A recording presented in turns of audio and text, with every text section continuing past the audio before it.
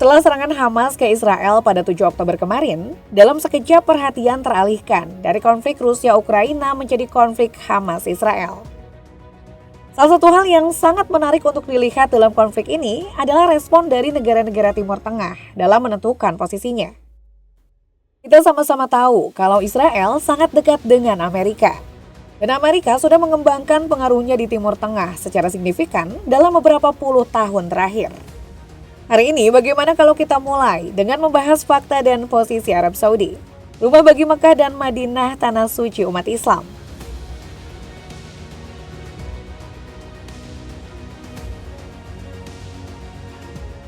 Dari semua negara-negara yang ada di Timur Tengah, Arab Saudi merupakan yang ada di urutan pertama jika membahas konflik Israel-Palestina. Bagaimana tidak? Negara ini tidak bisa dilepaskan dengan simbol Islam karena di wilayahnya terdapat Mekah dan Madinah yang merupakan dua tempat suci bagi umat Islam. Tiap tahunnya ada belasan, bahkan puluhan juta orang dari seluruh dunia mengunjungi Arab Saudi untuk berkunjung dan berziarah ke Mekah dan Madinah. Jadi tidak membingungkan jika Arab Saudi adalah negara yang paling diharapkan sebagai pelindung Palestina, apalagi 93% penduduk Arab Saudi adalah orang Muslim. Bukan cuma tentang simbol Islam di Timur Tengah, Arab Saudi juga memiliki berbagai aspek pendukung untuk membantu Palestina. Salah satunya adalah militer. Sebagaimana yang diketahui, militer Arab Saudi memegang peran kunci di Timur Tengah. Bila mengacu pada data Global Firepower, Arab Saudi menempati posisi kelima dalam skala kekuatan militer di Timur Tengah. Kekuatan militer dari Arab Saudi ini datang dari dukungan finansial yang begitu kuat. Setidaknya Arab Saudi dengan berani menggelontorkan hingga 46 miliar US dollar atau 714 triliun rupiah sebagai budget militer mereka. Budget militer yang begitu besar dari Arab Saudi ini setidaknya mencakup 5,5% dari total penghasilan tahunan mereka, yaitu 833,5 miliar US dollar atau 12,900 triliun rupiah. Dengan GDP mencapai angka fantastis tersebut, Arab Saudi memang dikenal sebagai salah satu raksasa ekonomi di Timur Tengah. Uang yang masuk ke pundi-pundi penghasilan Arab Saudi datang dari berbagai macam sektor. Tentu saja seperti perdagangan minyak dan juga penghasilan dari kunjungan haji serta umroh. Arab Saudi mendapatkan 10 hingga 15 miliar US dollar atau 155 triliun rupiah hingga 233 triliun rupiah. Kemudian umroh menghasilkan 4 hingga 5 miliar US dollar atau 62 hingga 77 triliun rupiah. Kita sama-sama tahu, ibadah haji dan umroh merupakan impian bagi semua umat muslim, jadi tidak mungkin sepi peminat. Selain kekuatan militer dan juga uang yang dimiliki, Arab Saudi juga punya kekuatan politik yang sangat besar di Timur Tengah, dunia Arab dan juga di antara negara-negara Islam.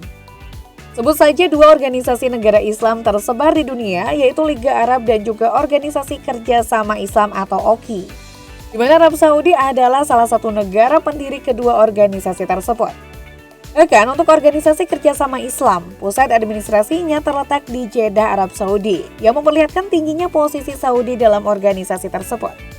Dengan tiga pilar tadi yaitu militer, ekonomi, dan politik yang dimiliki oleh Arab Saudi, tentu akan menjadi bantuan besar bagi Palestina.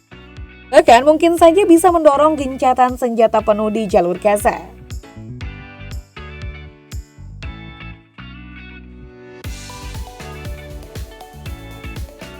Gencatan senjata penuh di jalur Gaza memang menjadi hal yang sangat dibutuhkan. Sebab di sana bukan cuma terjadi perang, tapi juga terjadi ancaman genosida atau pemusnahan massal. Hal ini dibenarkan oleh beragam pihak. Contohnya laporan berikut yang ditandatangani 880 cendekiawan di seluruh dunia yang memperingatkan bahwa potensi genosida di jalur Gaza sangatlah besar. Kemudian ada juga laporan dari ahli PBB yang mengatakan warga Palestina berada pada risiko besar terjadinya genosida. Lalu yang paling mencengangkan adalah tindakan Craig Mokhiber selaku Direktur Kantor Komisaris Tinggi Hak Asasi Manusia PBB yang mengundurkan diri dari posisinya. Pengunduran diri ini disebabkan satu hal, karena PBB dinilai tidak bisa menindak Israel, padahal genosida sudah ada di depan mata. Nah, melihat fakta tersebut, tentu yang menjadi pertanyaan besar, apa yang dilakukan oleh Arab Saudi? Arab Saudi secara sigap melakukan konferensi tingkat tinggi di Riyadh pada 12 November kemarin. KTT ini menggabungkan dua organisasi Islam terbesar, yaitu Liga Arab dan juga Organisasi Kerjasama Islam. Saking pentingnya KTT tersebut, Presiden Iran yaitu Ibrahim Raisi melakukan kunjungan resmi pertamanya setelah lebih dari 1 dekade. Tidak pernah ada kunjungan Presiden Iran ke Saudi. Dalam KTT ini jelas membahas tindakan apa yang harus diambil negara-negara Islam seluruh dunia untuk mengakhiri serangan Israel ke Gaza dan juga mewujudkan gencatan senjata penuh. Dalam KTT ini, Iran menjadi negara yang paling vokal dengan memberi proposal 5 tindakan nyata yang bisa dilakukan oleh negara Islam untuk mendorong Israel menghentikan serangan. Proposal tersebut diketahui membicarakan sanksi berikut. Mencegah alat perang Amerika Serikat di Timur Tengah digunakan oleh Israel. Membekukan kontak diplomatik dan ekonomi dengan Israel. Melakukan pelarangan perdagangan minyak. Melarang penerbangan dari dan ke Israel melewati langit negara Islam. Kemudian mengirimkan delegasi ke Amerika Serikat, Eropa, dan Rusia untuk mendorong gencatan senjata penuh di Gaza. 5 poin ini tentu saja terdengar seperti oase di tengah gurun. Tapi sayang solusi ini ditolak oleh 9 negara Islam. Salah satunya adalah Arab Saudi yang seharusnya menjadi pilar utama mendukung gencatan senjata di Gaza. Sikap penolakan dari Arab Saudi ini sebenarnya tidak mengejutkan untuk beberapa orang. Karena setelah perang pun, Menteri Investasi Arab Saudi masih mendiskusikan normalisasi hubungan dengan Israel. Hal ini senada dengan pernyataan Putri Mahkota Saudi yaitu MBS, kalau normalisasi hubungan Saudi dan Israel makin menemukan titik terang.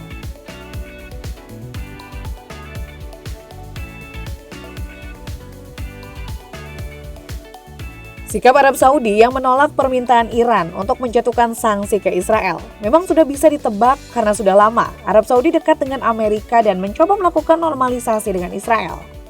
Semua berawal di tahun 2005, saat Arab Saudi mengakhiri larangan perdagangan barang dan jasa bersama Israel. Kemudian di tahun 2014, co-founder Middle East yaitu David Hertz pernah memberitakan kalau Arab Saudi mendukung Israel dan konflik Israel-Hamas 2014. Hal ini memang masih abu-abu hingga sekarang dan pernah ditentang oleh Menteri Arab Saudi.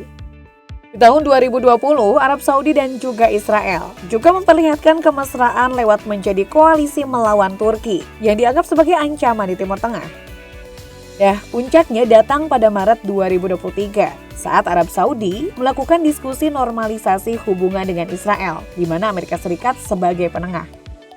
Kita semua tahu kalau Presiden Amerika Serikat yaitu Joe Biden sangat menginginkan normalisasi hubungan antara Arab Saudi dan juga Israel. Sebab hal ini akan memperdalam pengaruh Amerika Serikat di Timur Tengah. Dalam negosiasi tersebut, Arab Saudi mengharapkan perjanjian keamanan dan juga bantuan untuk mengembangkan teknologi energi nuklir di Arab Saudi.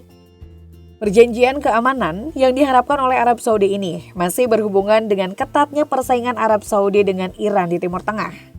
Sebab dua negara ini sudah sering berlawanan dalam konflik di Timur Tengah, seperti di Lebanon, Suriah, dan Yaman. Bahkan di tahun 2019, Iran menjadi tersangka utama dalam sebuah serangan drone yang menargetkan kilang minyak dari Arab Saudi, yang memperlihatkan lemahnya Arab Saudi terhadap serangan Iran.